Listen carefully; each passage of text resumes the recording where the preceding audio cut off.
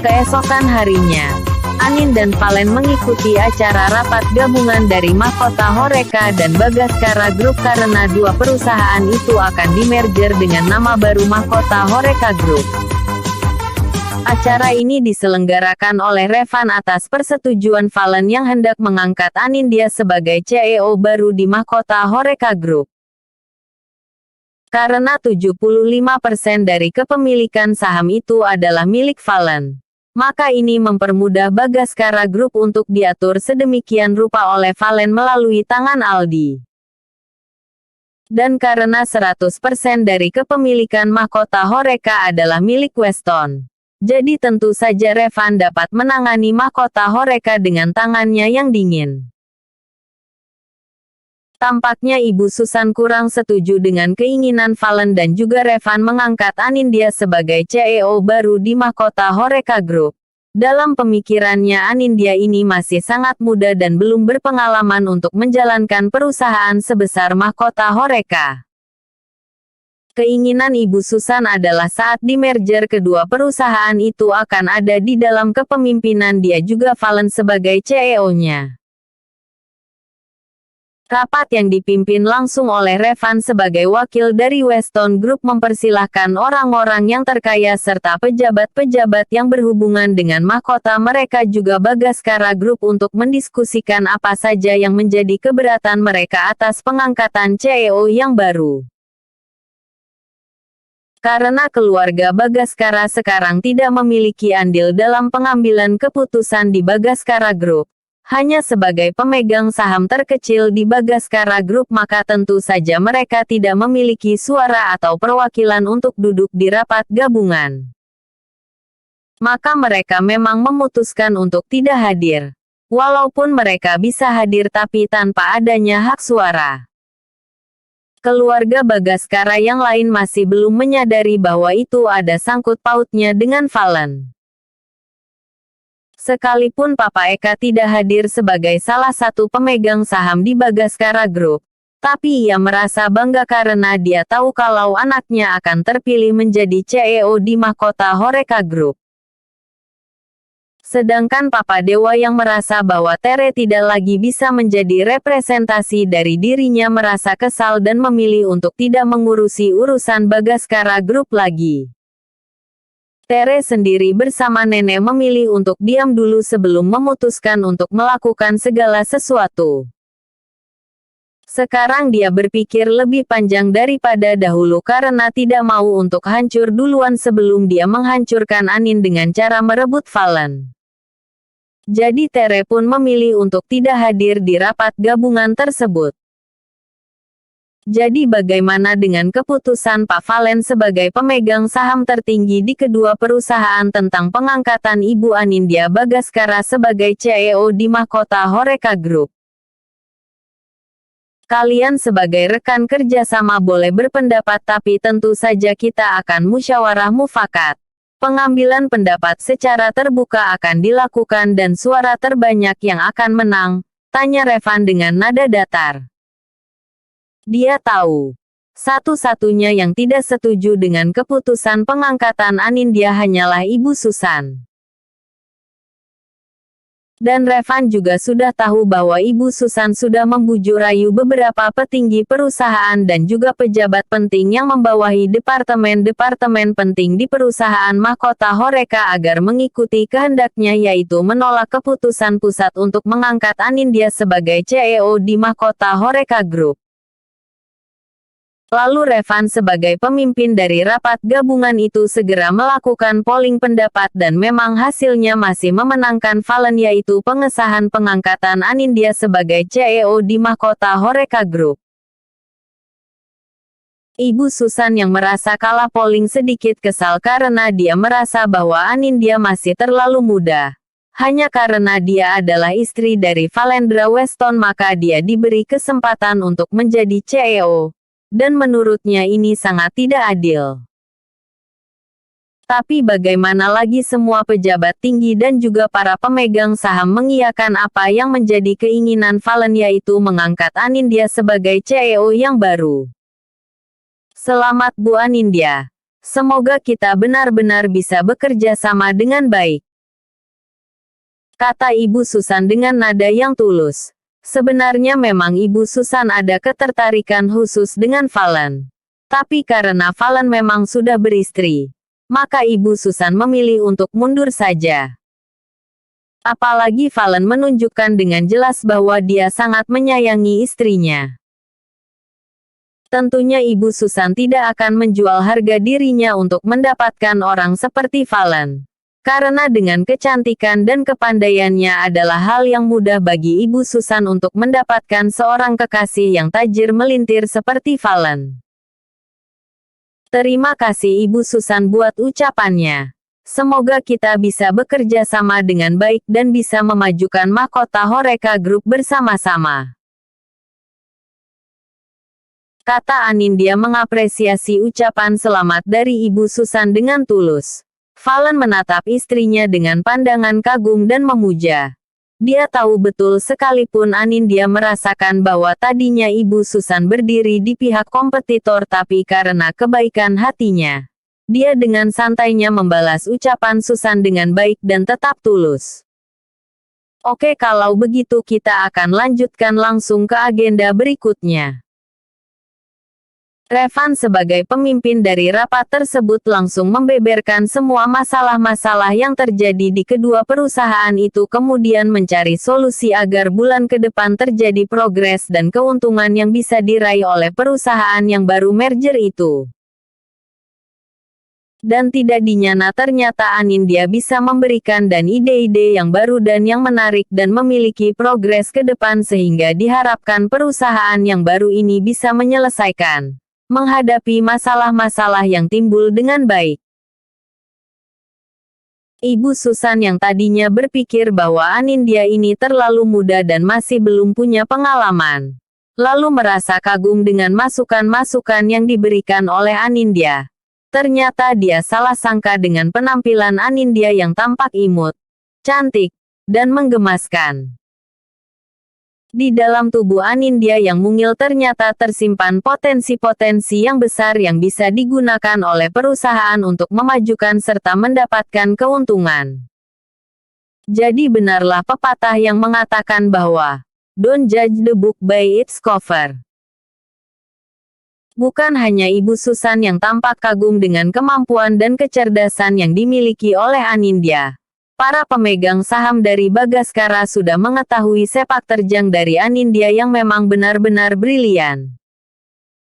Tapi sekarang pejabat-pejabat tinggi dan pemegang saham di mahkota Horeca pun turut kagum karena ternyata apa yang dipikirkan oleh Ibu Susan tadinya itu salah. Dapat dipastikan Anindya ini adalah calon CEO yang mumpuni untuk bisa diajak kerjasama membesarkan mahkota Horeca Group.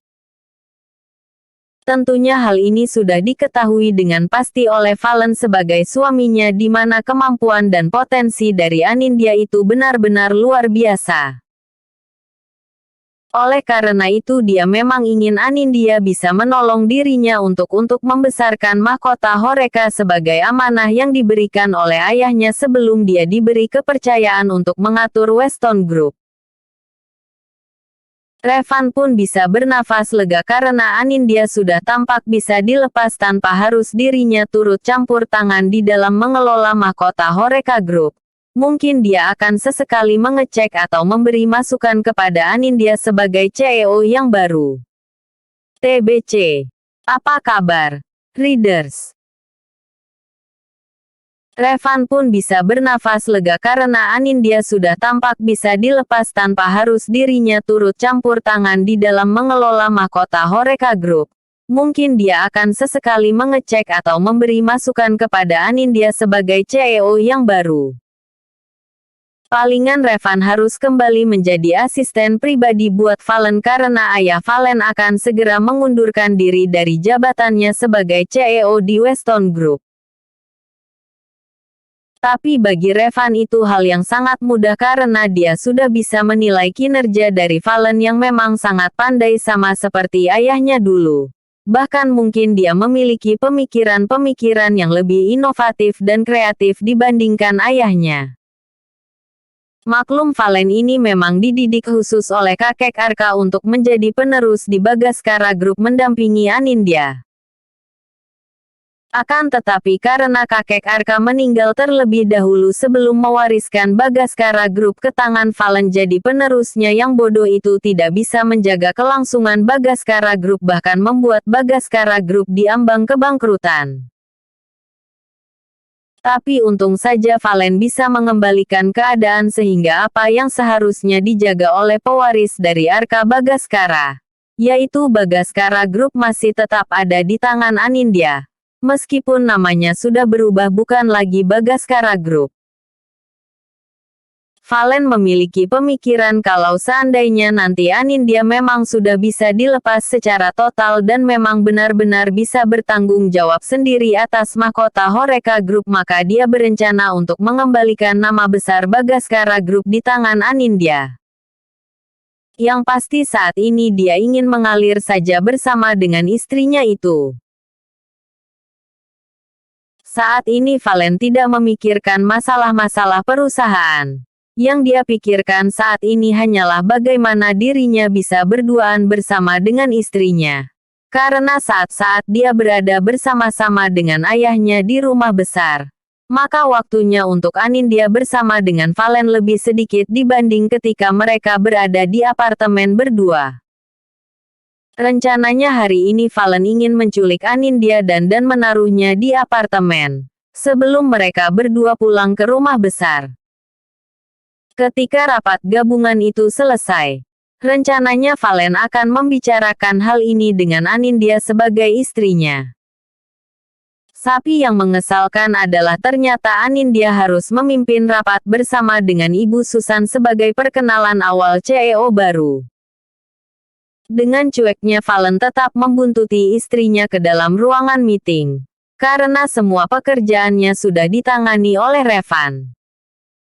Tiba-tiba Revan menarik tangan Valen dan membawanya keluar dari ruangan meeting. Apa-apaan sih? Tanya Valen dengan nada ketus. Dia kesal karena dia ditarik dengan tiba-tiba tanpa pemberitahuan. Sekretaris dari mahkota Horeca sudah menutup ruangan meeting karena mereka hendak memulai meeting saat itu juga. Membuat Valen tidak bisa masuk ke dalam ruangan meeting karena meeting sudah dimulai. Kamu tidak usah ikut-ikutan masuk di dalam ruangan meeting. Karena itu sudah urusan dari CEO yang baru dan para pekerjanya. Kamu tidak berhak ada di dalam ruangan meeting karena kamu hanya sebagai pemegang saham terbesar dan bukan sebagai pelaksana harian dari mahkota Horeca Group. Sedangkan orang-orang yang ada di dalam ruangan itu adalah para pejabat pelaksana harian dari mahkota Horeca Group. Jelas Revan dengan mendetil karena dia kesal bagaimana Valen ini malah membuntuti istrinya kemana-mana. Padahal sudah jelas bahwa istrinya itu harus bekerja dan harus bertanggung jawab dengan sendirinya. Kenyataan ini membuat Valen lebih kesal lagi karena dia tidak akan bisa untuk berada di apartemen berdua bersama dengan istrinya. Sedangkan kalau saat nanti dia pulang dari kantor, Anin pasti tidak mau dan beralasan kalau dia harus menyiapkan makanan sehat untuk ayahnya. Memang ini permintaan dari ayahnya yang menginginkan masakan rumahan sebagai makanan yang ingin ayahnya santap. Tapi ya bagaimana lagi, bukankah ini sudah konsekuensi dari dirinya ketika dia memilih Anindya untuk bekerja di mahkota Horeca untuk menggantikan dirinya. Revan hanya bisa tertawa melihat kekesalan di wajah Valen. Kira-kira dia bisa mengerti apa yang ada di dalam pemikiran Valen. Tapi Revan juga ingin mengajak Valen berdiskusi karena Erik baru saja memberikan beberapa tambahan info tentang keberadaan Tere dan juga nenek yang masih belum bisa move on untuk mengganggu mereka berdua. Val, kayaknya kita mesti harus ada meeting tersendiri deh. Karena akan ada kejutan dari Tere dan juga nenek. Kamu harus segera bersiap-siap karena ini menyangkut keselamatan dari Anindya.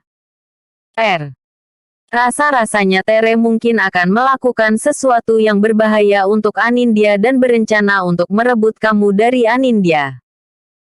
Sekalipun itu tidak mungkin bisa terjadi kalau kamu tidak membuat dirimu sendiri lengah. Apa yang harus kita lakukan? Tanya Valen dengan nada ingin tahu. Karena hama semacam Tere ini tidak bisa dibiarkan begitu saja. Harus segera dibasmi sebelum merembet kemana-mana. Makanya kita akan membuat strategi bersama-sama dengan Erik.